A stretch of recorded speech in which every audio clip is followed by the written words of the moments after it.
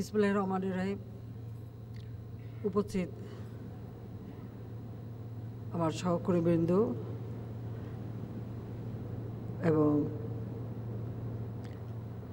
ঊর্ধ্বতন কর্মকর্তাবৃন্দ, উপস্থিত র্যাবের সদস্যবৃন্দ এবং দেশের বিভিন্ন অঞ্চলে যারা কর্মরত এবং সংযুক্ত রয়েছেন এবং দায়িত্ব পালন করছেন, তাদের সকলকে র্যাবের এই প্রতিষ্ঠা বার্ষিকীতে আমি আন্তরিক অভিনন্দন জানাচ্ছি, শুভেচ্ছা জানাচ্ছি। মার্চ মাস আমাদের স্বাধীনতার মাস। স্বাধীনতা এই মাসে আমি গভীর শ্রদ্ধার সঙ্গে স্মরণ করছি সর্বকালের সর্বশ্রেষ্ঠ বাঙালি জাতির পিতা বঙ্গবন্ধু শেখ মুজিবুর রহমানকে, যিনি আমাদের স্বাধীনতা এনে দিয়েছেন, একটি রাষ্ট্র দিয়েছেন, আত্মপরিচয়ের সুযোগ দিয়েছেন, একটি পতাকা দিয়েছেন। আমি স্মরণ করি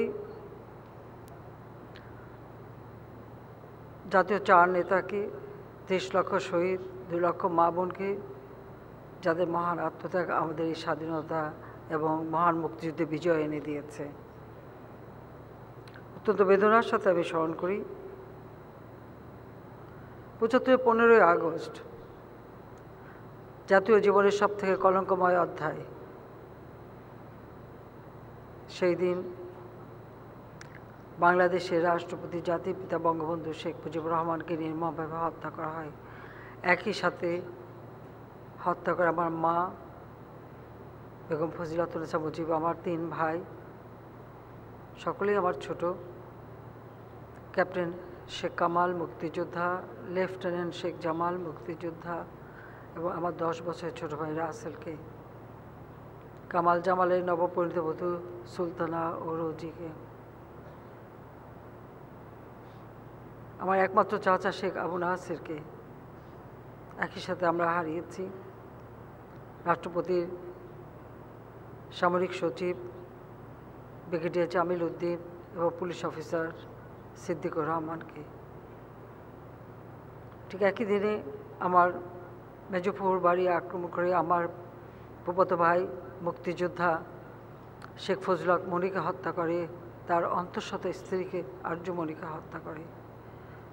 আমার সেজপুর বাড়ি আক্রমণ করে সেখানে আব্দুর আফসান এবার, যিনি কৃষিমন্ত্রী ছিলেন এবং মুক্তিযোদ্ধা সংগঠক ছিলেন, তাকে হত্যা করে। তার 13 বছরের মেয়ে বেবি, 10 বছরের ছেলে আরিফ এবং 4 বছরের নাতি সুকান্ত, তাদেরকে হত্যা করে। তার ভ্রাতুষ্পুত্র মুক্তিযোদ্ধা সাংবাদিক শহীদ সানিয়াবাদ এবং ভাগ্নে সাংস্কৃতিক কর্মী রিন্টুকে নির্মমভাবে হত্যা করে।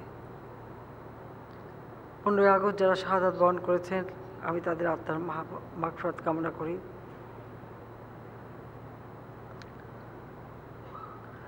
জাতির পিতা বঙ্গবন্ধু শেখ মুজিব আমাদের স্বাধীনতা দিয়ে গেছেন। তার জীবনে একটাই লক্ষ্য ছিল যে এই বাংলাদেশের শোষিত বঞ্চিত মানুষ উন্নত জীবন পাবে, বাংলাদেশের মানুষের ভাগ্য পরিবর্তন হবে, ক্ষুধা দারিদ্র্য থেকে মুক্তি পাবে, বাংলাদেশের মানুষের রাজনৈতিক, অর্থনৈতিক, সামাজিক, সাংস্কৃতিক অধিকার নিশ্চিত হবে।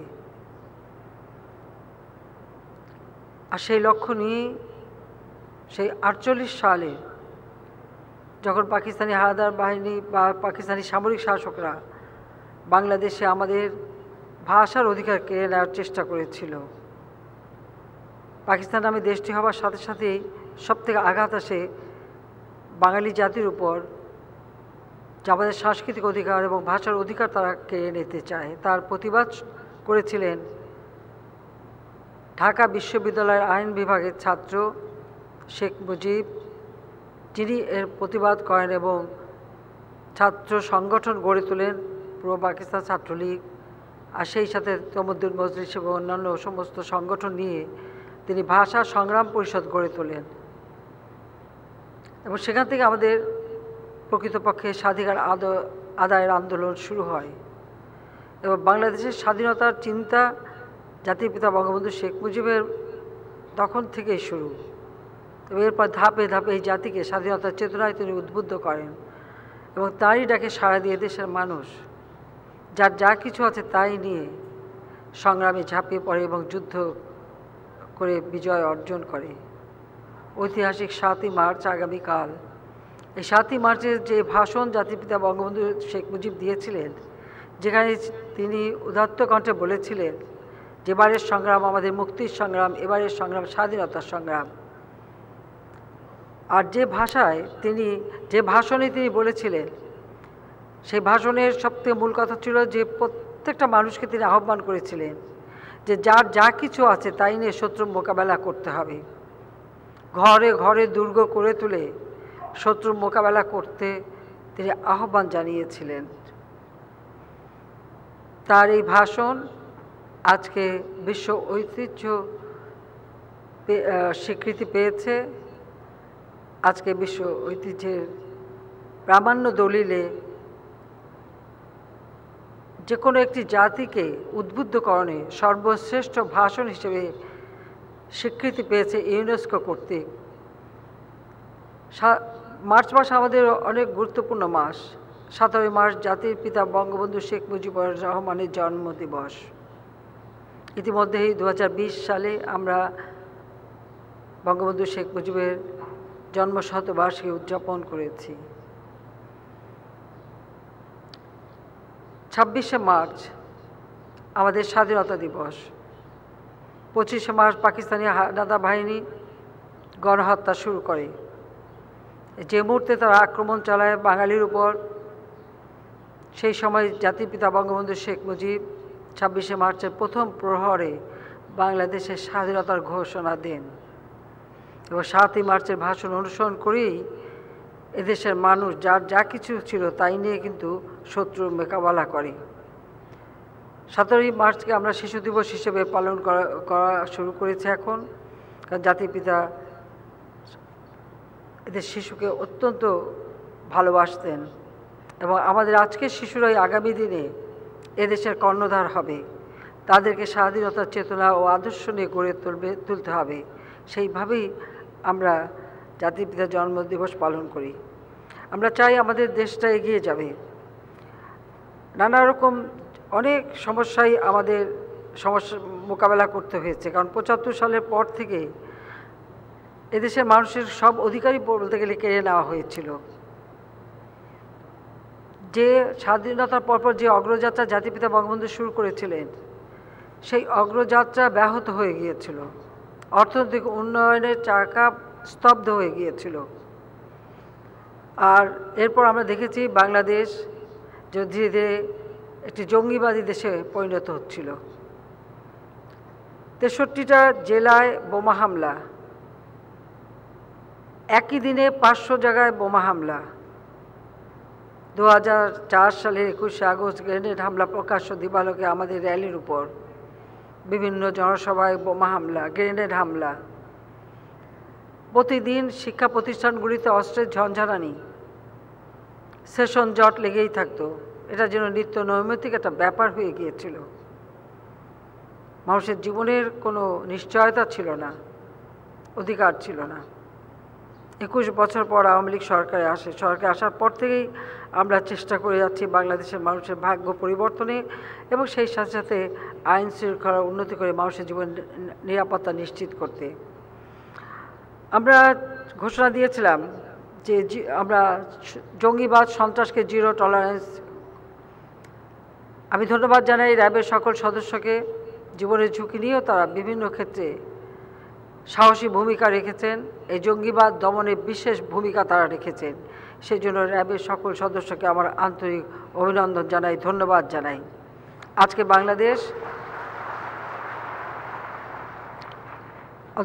বাংলাদেশ আমরা বলতে পারি যে এই দেশে জঙ্গিবাদ একটিমাত্র ঘটনা ঘটার সাথে সাথে মাত্র কয়েক ঘন্টার মধ্যে তা আমরা মোকাবেলা করেছিলাম, সেটা হোলি আর্টিজানের ঘটনা। কিন্তু তারপর থেকে আমাদের এই দেশে কিন্তু সেই ধরনের বড় ঘটনা ঘটতে পারেনি, কারণ আমাদের গোয়েন্দা সংস্থাগুলো এবং প্রতিটি আইন শৃঙ্খলা রক্ষাকারী সংস্থা অত্যন্ত সক্রিয়। আর বিশেষ করে র্যাবের এই জঙ্গি বিরোধী ভূমিকার জন্য আমি প্রশংসা করি। আমাদের অনেক সমস্যা ছিল, যেমন জঙ্গিবাদ, সন্ত্রাস, অবৈধ অস্ত্র, মাদক, বিভিন্ন চরমপন্থা, জলদস্যু, বনদস্যু, একে একে প্রতিটি ক্ষেত্রেই কিছু জায়গায় অ্যাকশন নিয়ে, কিছু জায়গায় সমঝোতা দিয়ে, কিছু জায়গায় বুঝিয়ে সুঝিয়ে প্রতিটি ক্ষেত্রেই কিন্তু সাফল্য আমরা অর্জন করেছি। আজকে সুন্দরবন বনদস্যু মুক্ত হয়েছে এবং যারা সারেন্ডার করেছে তাদের পুনর্বাসনের ব্যবস্থা আমরা নিয়েছি। আমাদের দক্ষিণ পশ্চিম অঞ্চল চরমপন্থাদের দৌরাত্ম্য ছিল। আমরা 96 সালে সরকার এসেও অনেককে সারেন্ডার করিয়েছিলাম, কিন্তু পরবর্তীতে এসে আজকে সেখানে সকলকে সারেন্ডার করিয়ে তাদেরকে জীবন জীবিকার ব্যবস্থা আমরা করে দিয়েছি। সেই ক্ষেত্রে আমাদের আইন শৃঙ্খলা রক্ষাকারী সংস্থা সহ গোয়েন্দা সংস্থা এবং র্যাবের বিশেষ ভূমিকা রয়েছে এবং তাদের পুনর্বাসন করে দিয়ে তাদের জীবন জীবিকাকে আরও সুন্দর করে দেওয়া, সেই ব্যবস্থাটাই আমরা নিয়েছি যেন আবার তারা বিপথে না যায় এবং প্রতিনিয়ত তাদের খোঁজ আমরা রেখে যাচ্ছি। ঠিক এইভাবে আওয়ামী লীগ সবসময় জঙ্গিবাদ সন্ত্রাসের বিরুদ্ধে তাদের অভিযান অব্যাহত রাখবে। আর সেই সাথে সাথে আমি জানি যে র্যাব এখানে অগ্রণী ভূমিকা পালন করছে। র্যাবের প্রত্যেকটা ক্ষেত্রে তাদের যে সাফল্য, এটা আমার মনে হয় কিছুক্ষণ আগেই আমাদের র্যাবের ডিজি খুব বিস্তারিতভাবে বলেছেন।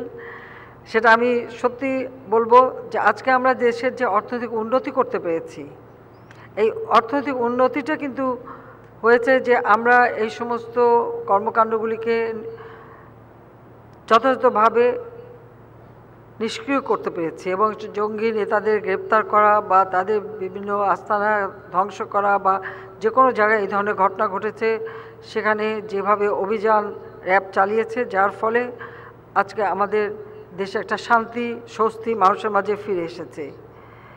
বিশেষ করে কিছুদিন আগে এই পাহাড়ি অঞ্চলে যে অবস্থাটা সৃষ্টি হয়েছিল, যে জঙ্গি সংগঠন এবং বিচ্ছিন্নতাবাদী একটা সংগঠনের চেষ্টা করা হয়েছিল, সেখানেও আমরা ব্যবস্থা নিতে পেরেছি এবং তাদের সাথে সমঝোতা করে আমাদের দেশের মধ্যে কেন নিজেরা নিজেদের আত্মঘাতী সংঘাতে লিপ্ত হবে, এই আত্মঘাতী সংঘাত থেকে মানুষকে মুক্ত করা, এটাই আমাদের লক্ষ্য।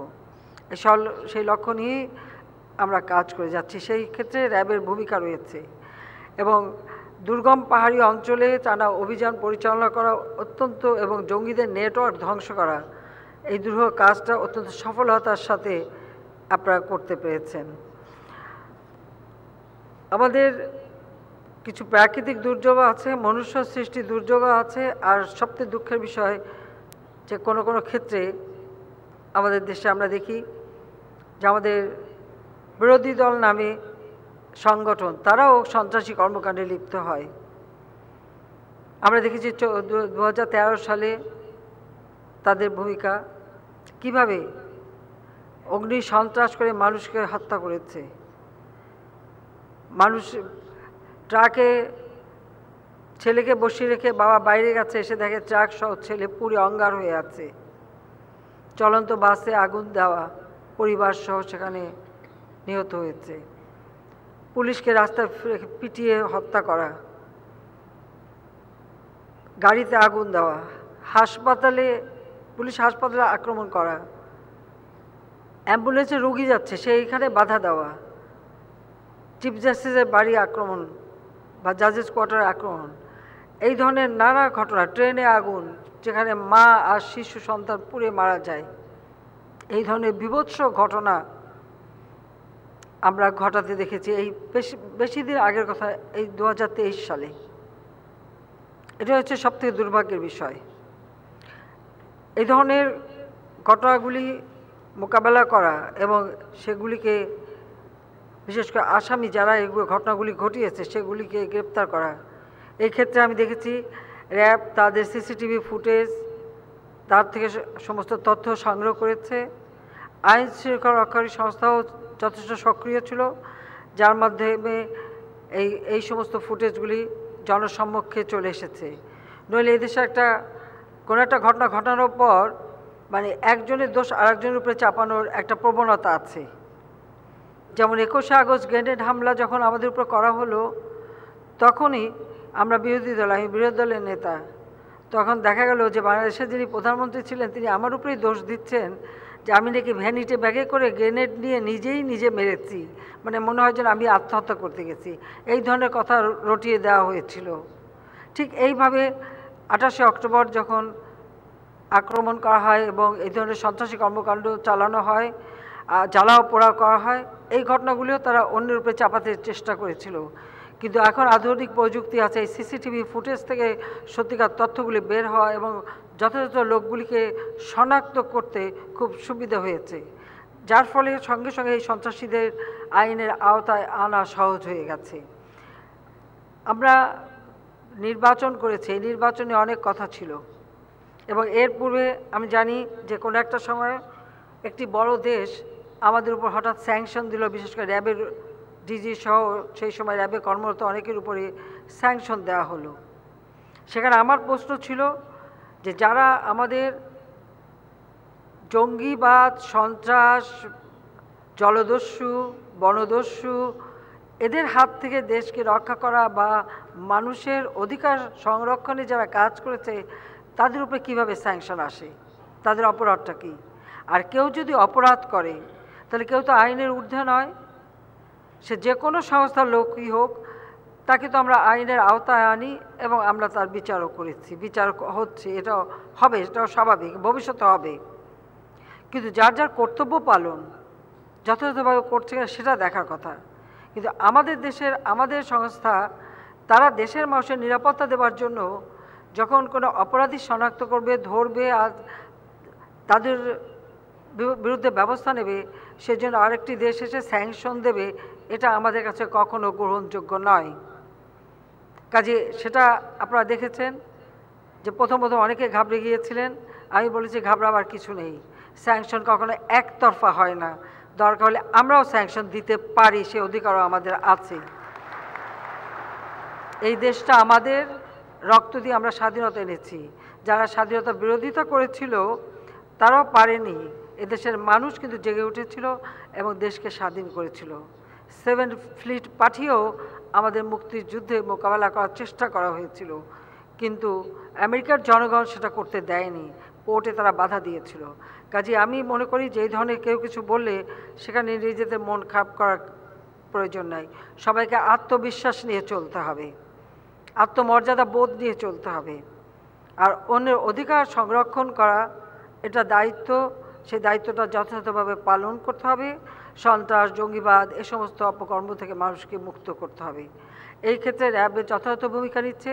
শুধুমাত্র যে যারা অপরাধী তাদের গ্রেপ্তার করাই না, তাদেরকে মোটিভেশনও করা হচ্ছে, তাদেরকে উদ্বুদ্ধ করা হচ্ছে, তারা যাতে সহজ জীবনে আসে সেই ব্যবস্থাও নিচ্ছেন এবং একটার পর একটা কর্মসূচি বাস্তবায়নের মধ্য দিয়ে মানুষের ভিতরে একটা পরিবর্তন নিয়ে আসা হচ্ছে, যাতে মানুষ এই ধরনের মানে সন্ত্রাসী কাজ বা অসামাজিক কাজ বা মাদক বা এই ধরনের জঙ্গিবাদের সাথে সম্পৃক্ত না হয়।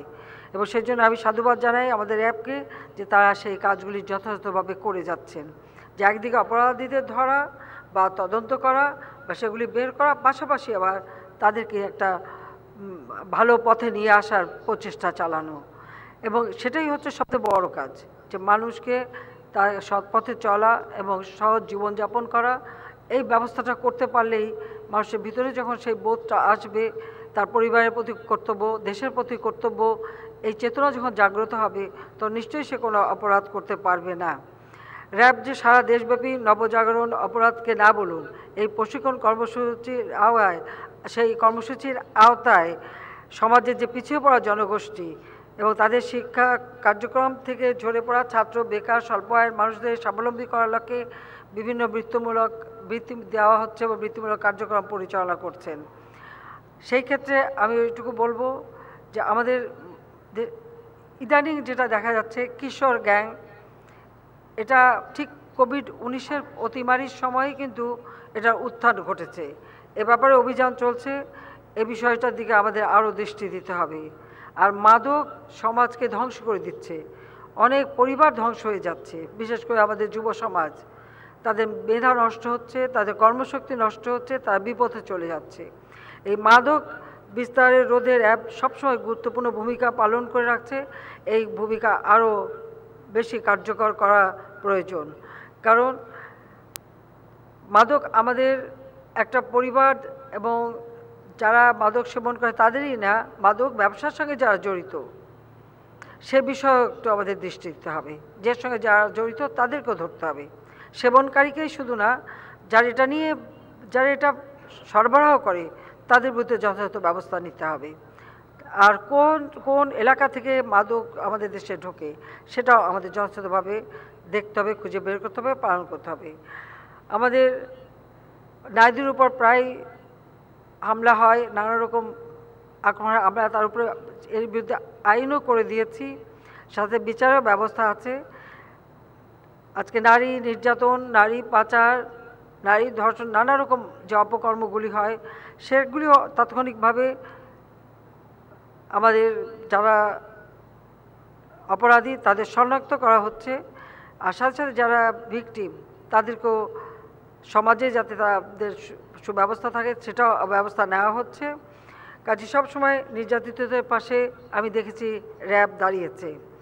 কাজে আমরা আরেকটি বিষয়ে নজর দিতে হবে, সেটা হচ্ছে এখন আমাদের রোজা সামনে, এই রমজান মাসে এটা খুব দুর্ভাগ্যের বিষয়, রমজান বলা হয়েছে সংযমের মাস, সংযমতাকেই সেখানে গুরুত্ব দেওয়া হয়েছে, কিন্তু আমরা দেখি আমাদের কিছু অসাধু ব্যবসায়ী আছে তারা যেন সংযমতার পরিবর্তে আরও লোভী হয়ে পড়ে।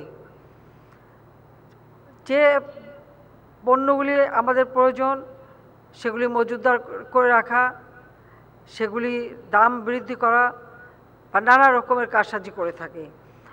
এই অসাধু ব্যবসায়ী এবং পাশাপাশি যারা চোরা কারবারি তাদের বিরুদ্ধেও যথাযথ ব্যবস্থা নিতে হবে। আর ঈদ সামনে আসলেই এই জাল মুদ্রার সরবরাহটা বেড়ে যায়, সেসব বিষয়েও নজরদারি আরও বাড়াতে হবে। যদিও এর উপরে অভিযান চলছে, কাজে সেই অভিযানটা আপনারা অব্যাহত রাখবেন সেটাই আমরা চাই। আমাদের সবথেকে বড় সাফল্য আপনাদের যে আজকে জলদস্যু মুক্ত যারা চরমপন্থী তাদের হাত থেকে দেশকে মুক্ত, এবং এই যে অসাম্প্রদায়িক কাজের সাথে জড়িত বা মাদক মুক্ত করার ক্ষেত্রে যে ভূমিকা র্যাব রেখে যাচ্ছে সেই জন্য আমি র্যাবকে যেমন ধন্যবাদ জানাচ্ছি, পাশাপাশি আমি বলবো যে এই কাজগুলি আরও যথাযথভাবে কাজ করে যেতে হবে সকলকে। আমরা চাই আমাদের দেশ এগিয়ে যাবে, আমাদের দেশকে আরও উন্নত করতে হবে, আমাদের যে সমস্ত সম্পদ সেগুলি সংরক্ষণ করতে হবে, সেটা সংরক্ষণ করেই আজকে আমাদের দেশের আর্থসামাজিক উন্নয়নের দিকে এগিয়ে নিয়ে যেতে হবে। 23 সালের 11 মে র্যাবের তত্ত্বাবধানে বিভিন্ন জেলায় প্রায় 314 জন চরমপন্থী সদস্য ওই 2 শতাধিক অস্ত্র, বিপুল পরিমাণ গোলাবারুদ সহ তারা আত্মসমর্পণ করেছে। শুধু আত্মসমর্পণ করা না, সাথে সাথে তাদেরকে প্রয়োজনীয়ভাবে ব্যবস্থা করে তাদের জীবন জীবিকার ব্যবস্থা করে দেওয়া এবং তারা যেন আবার এই বিপথে না যায় সেদিকে লক্ষ্য রাখতে হবে। সেই ক্ষেত্রে যতটুকু যা সহযোগিতা দরকার, কারণ তারা একভাবে জীবন কাটিয়েছে, এখন ভিন্নভাবে জীবন কাটাবে, জীবনের প্রয়োজনে যা যা প্রয়োজন সেটা আমরা ব্যবস্থা করব এবং তারা যাতে স্বাভাবিক জীবনযাপন সবসময় করতে পারে। আমরা কিছু অনুদানও তাদের দিচ্ছি, কিন্তু সেই সাথে তাদের জীবন জীবিকার পথটাও আরও ভালোভাবে তৈরি করে দিতে হবে। মানুষের মাঝে সচেতনতা সৃষ্টি করার জন্য র্যাব অনেকগুলি কর্মসূচি নিয়েছে, যেমন উদয়ের পথে একটা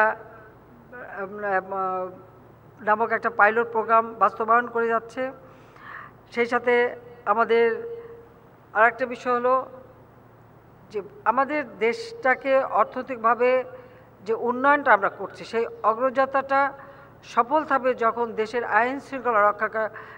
আইন শৃঙ্খলা নিয়ন্ত্রণে থাকবে এবং আমাদের আইন শৃঙ্খলা রক্ষাকারী সংস্থাগুলি সকলে সচেতন থাকবে, তাহলে আমাদের অর্থনৈতিক উন্নয়ন আমরা করতে পারবো। জানি এখন আমাদের অনেক সমস্যা আছে, এই সমস্যাগুলি সমাধান আমাদের নিজেদেরই করতে হবে। আর ইউক্রেন রাশিয়া যুদ্ধ, স্যাংশন, কাউন্টার স্যাংশন এবং কোভিড-19 অতিমারি, এর ফলে আজকে সারা বিশ্বব্যাপী যে মুদ্রাস্ফীতি দেখা দিয়েছে, প্রতিটি জিনিস অন্তত যেগুলি আমাদের বিদেশ থেকে ক্রয় করতে হয় সেগুলির দাম বেড়ে গেছে, পাশাপাশি পরিবহন খরচ বেড়ে গেছে।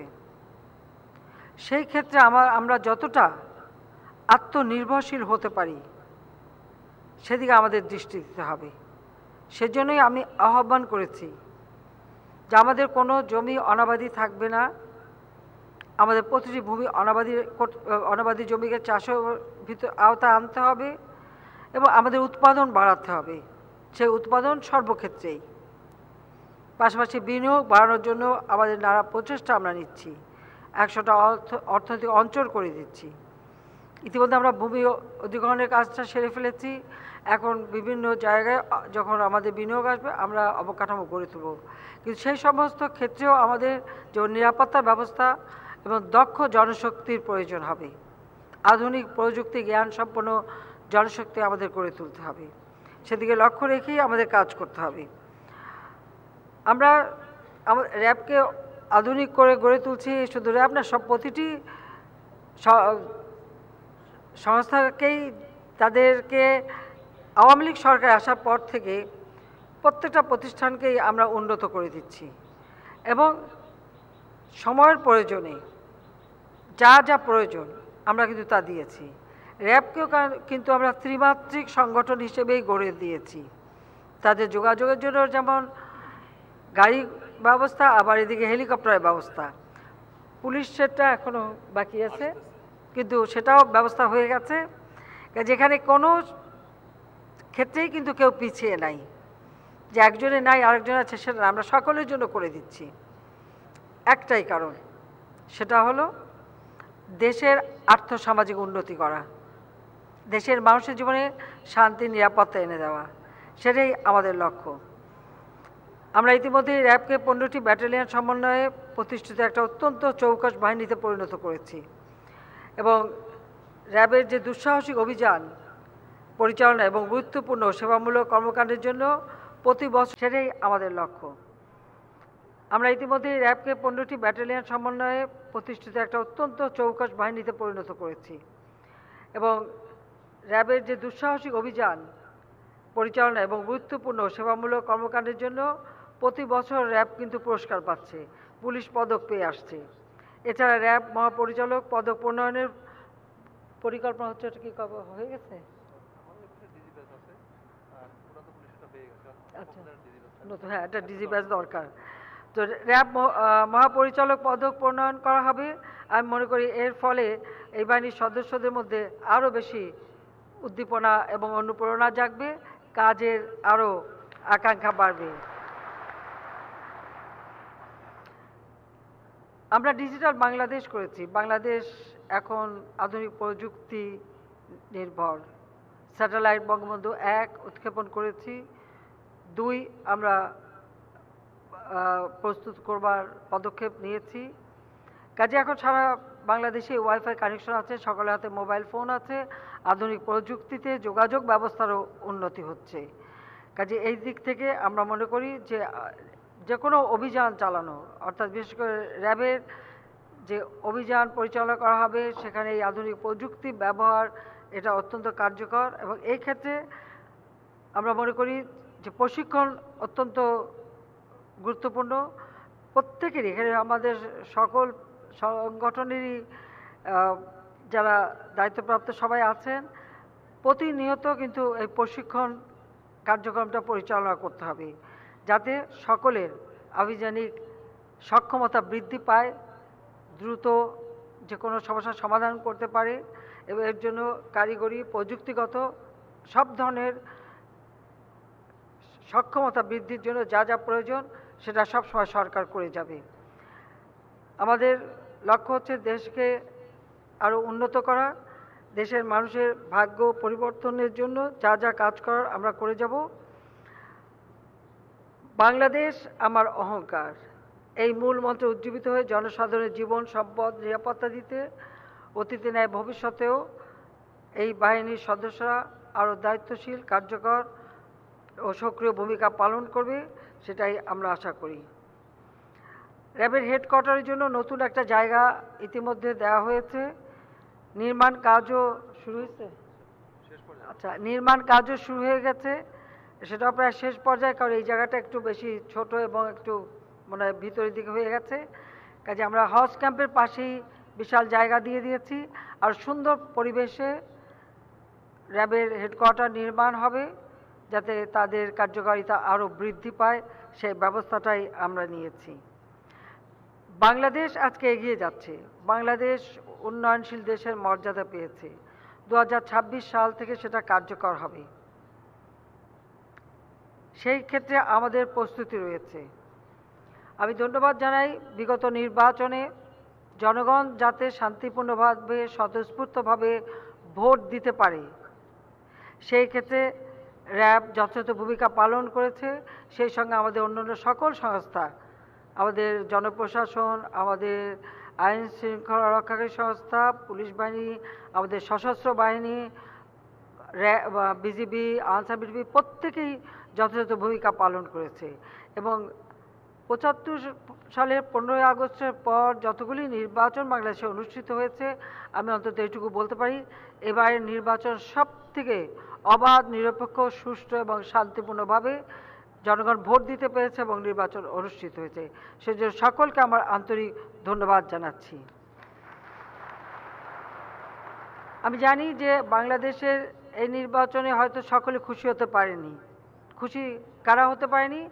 যারা চায়নি কোনো নির্বাচন হোক, যারা চায়নি এখানে গণতান্ত্রিক ধারা অব্যাহত থাকুক, তারা হয়তো অখুশি। কিন্তু বাংলাদেশের মানুষ এবং আমাদের বন্ধুপ্রতিম দেশ, সংস্থা, তারা সকলেই আনন্দিত এবং অনেকের কাছ থেকে, বেশিরভাগ সকলের কাছ থেকে একটা অভিনন্দন পত্র আমরা পেয়েছি এই নির্বাচনটা সুষ্ঠুভাবে হওয়ার জন্য এবং আবার সরকার গঠন করার জন্য। যেহেতু আমাদের সামনে কতগুলি লক্ষ্য স্থির করা আছে, আজকে আমরা উন্নয়নশীল দেশের মর্যাদা পেয়েছি, উন্নয়নশীল দেশ হিসেবে দেশকে এগিয়ে নিয়ে যেতে হবে। পাশাপাশি জাতিসংঘ কর্তৃক এসডিজি, সাস্টেইনেবল ডেভেলপমেন্ট গোল, যেটা নির্দিষ্ট করা হয়েছে, সেখানেও আমাদের বাংলাদেশের যথেষ্ট ভূমিকা ছিল। কাজে সেগুলিও আমাদের বাস্তবায়ন করতে হবে। আমরা বাংলাদেশের জন্য সুনির্দিষ্ট একটা লক্ষ্য স্থির করেছি। যেমন 2008 সালের নির্বাচনে আমরা ঘোষণা দিয়েছিলাম ডিজিটাল বাংলাদেশ গড়ে তুলব। আমরা ডিজিটাল বাংলাদেশ গড়ে তুলেছি। 2021 সালে আমাদের নির্বাচন ইশতেহারে ছিল রূপকল্প 2021, দিন বদলের সনদ। আজকে অন্তত এইটুকু দাবি করতে পারি, 2009 সরকার গঠন করার পর থেকে এ পর্যন্ত বাংলাদেশটা বদলে গেছে।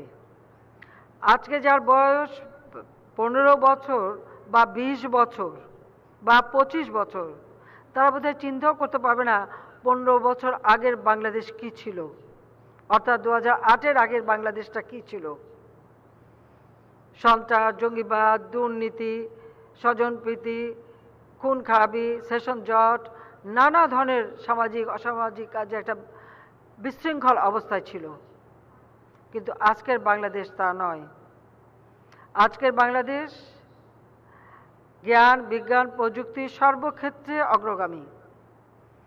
আমরা খাদ্য উৎপাদন বাড়িয়েছি, আমরা সাক্ষরতার হার বাড়িয়েছি, ঘরে ঘরে বিদ্যুৎ দিতে পেরেছি, রাস্তাঘাট, পুল, ব্রিজ সব কিছু উন্নতি আমরা করতে পেরেছি। দ্রুত যেন এক জায়গা থেকে আরেক জায়গায় আমরা পৌঁছতে পারি সে ব্যবস্থা আমরা নিয়েছি। আমাদের প্রতিটি ক্ষেত্রেই আমরা উন্নতি করতে পেরেছি, যে কারণে আজকে বিশ্ববাসী বাংলাদেশকে উন্নয়নের রোল মডেল হিসেবে স্বীকৃতি দিয়েছে। উন্নয়নের রোল মডেল হিসেবে আজকে বাংলাদেশ বিশ্বের কাছে বিস্ময়। এই গত 15 বছরেই আমরা এই অর্জন করতে সক্ষম হয়েছি। আমরা প্রতিজ্ঞা করেছিলাম জাতির পিতার জন্মশতবার্ষিকীতে যে দিন বদলের সনদ বাস্তবায়ন করব এবং বাংলাদেশের প্রতিটি মানুষ ঠিকানা পাবে, ঘর পাবে। ভূমিহীন মানুষ, তাদের জন্য আমরা ঘর করে দিচ্ছি। প্রত্যেকটা মানুষের ঠিকানা যেটুকু বাকি আছে সেটাও করে দেব। দারিদ্র্যের হার যেটা 41 ভাগ ছিল সেটা আমরা 18.7 ভাগে কমিয়ে এনেছি। অতি দরিদ্রের হার যেটা 25.1 ভাগ ছিল সেটা আমরা 5.6 ভাগে নামিয়ে এনেছি। ইনশাল্লাহ অতি দরিদ্র বলে বাংলাদেশে আর কেউ থাকবে না। সেই লক্ষ্য নিয়েই আমরা কাজ করে যাচ্ছি। বাংলাদেশকে এখন আমরা 2041 সালের মধ্যে আমরা ক্ষুধা দারিদ্র্যমুক্ত উন্নত সমৃদ্ধ স্মার্ট বাংলাদেশ হিসেবে গড়ে তুলব, সেই প্রেক্ষিত পরিকল্পনাও আমরা প্রণয়ন করছি এবং সেই লক্ষ্য আমরা স্থির করেছি। আমাদের দেশে আমাদের যুব সমাজকে আমরা দক্ষ জনশক্তি হিসেবে গড়ে তুলব। আমাদের সরকার, আমাদের জনগণ যেমন জনশক্তি স্মার্ট হবে, সরকার স্মার্ট সরকার, আমাদের অর্থনীতি স্মার্ট ইকোনমি, আমাদের সমাজ ব্যবস্থাকে আমরা স্মার্ট সোসাইটি হিসেবে গড়ে তুলব। এই চারটি স্তম্ভের উপরেই অর্থাৎ স্মার্ট অর্থাৎ দক্ষ জনশক্তি, smart government, smart economy, smart society, সেইভাবে আমরা আমাদের দেশকে গড়ে তুলতে চাই। এই লক্ষ্য নিয়েই আমরা কাজ করে যাচ্ছি। এবারের নির্বাচনে জনগণের প্রতিও আমার কৃতজ্ঞতা জানাই সেই সঙ্গে সঙ্গে নির্বাচন পরিচালনার ক্ষেত্রে বা মানুষকে ভোটের অধিকার সুষ্ঠুভাবে নির্বাচনের ব্যবস্থা করবার জন্য যারা ভূমিকা রেখেছেন এবং জনগণকে তাদের ভোট দেবার সুযোগ সৃষ্টি করে দিয়েছেন, সকলকে আমার আন্তরিক ধন্যবাদ। যে জনগণের পক্ষে কাজ করে, জনগণের জীবনযাত্রা উন্নত করে, জনগণের আস্থা বিশ্বাস নিয়ে আবারও সরকার গঠন করতে পেরেছি। আমাদের যে লক্ষ্যটা, এই লক্ষ্যটা এখন আমরা বাস্তবায়ন করার সুযোগ পেয়েছি। আমাদের এই ক্ষেত্রে সকলকে সম্মিলিতভাবে কাজ করতে হবে। পাশাপাশি 2100 সালে আমরা ডেল্টা প্ল্যান 2100 প্রণয়ন করেছি। কারণ আমাদের দেশটা একটা বদ্বীপ, নদী নালা খাল বিলে ভরা, নদীর পলি দ্বারা গঠিত একটি বদ্বীপ। জলবায়ু অভিঘাত থেকে এই দেশটা যাতে রক্ষা পায় এবং আমাদের দেশের জনগণ প্রজন্মের পর প্রজন্ম যেন সুন্দরভাবে বাঁচতে পারে এবং উন্নত জীবন পায় এবং সেই ধারাটা যেন ধরে রাখতে পারে, সেই লক্ষ্য নিয়ে আমরা এই পরিকল্পনা ডেল্টা প্ল্যান করেছি। ডেল্টা প্ল্যান বাস্তবায়নের ক্ষেত্রে আমরা নেদারল্যান্ডের সাথে একটি চুক্তিও করেছি, কারণ নেদারল্যান্ডও একটা ডেল্টা, সেটা মাথায় রেখেই তাদের সাথে চুক্তি করেছি এবং সেটাও আমরা পঞ্চবার্ষিকী পরিকল্পনায় বাস্তবায়ন শুরু করেছি। কাজে এখন আমাদের লক্ষ্য যে প্রথমে 41 সাল স্মার্ট বাংলাদেশ গড়ে তোলা, সেই সাথে সাথে আমাদের এই ডেল্টা প্ল্যানের কার্যক্রম অব্যাহত থাকবে। তা আসুন সকলে সম্মিলিতভাবে আমরা আমাদের যে লক্ষ্য, দেশের মানুষের ভাগ্য পরিবর্তন করে আমরা দেশকে এগিয়ে নিয়ে যেতে পারি। যে কোনো ধরনের তা মনুষ্য সৃষ্টি হোক আর প্রকৃতির সৃষ্টি হোক, সব দিকে লক্ষ্য রেখেই সব কিছু মোকাবেলা করেই আমাদের এগিয়ে যেতে হবে। বাংলাদেশের এই অপ্রতিরোধ্য অগ্রযাত্রা যেন সফল হয়, সেই কামনা করে আমি র্যাবের উত্তরোত্তর সাফল্য ও সমৃদ্ধি কামনা করছি। আল্লাহ রাব্বুল আলামিন আমাদের সকলের সহায় হন। সবাইকে আন্তরিক ধন্যবাদ ধৈর্য ধরে আমার বক্তব্য শোনার জন্য। সবাইকে আবারও ধন্যবাদ জানিয়ে আমার বক্তব্য শেষ করছি। জয় বাংলা, জয় বঙ্গবন্ধু, বাংলাদেশ চিরজীবী হোক।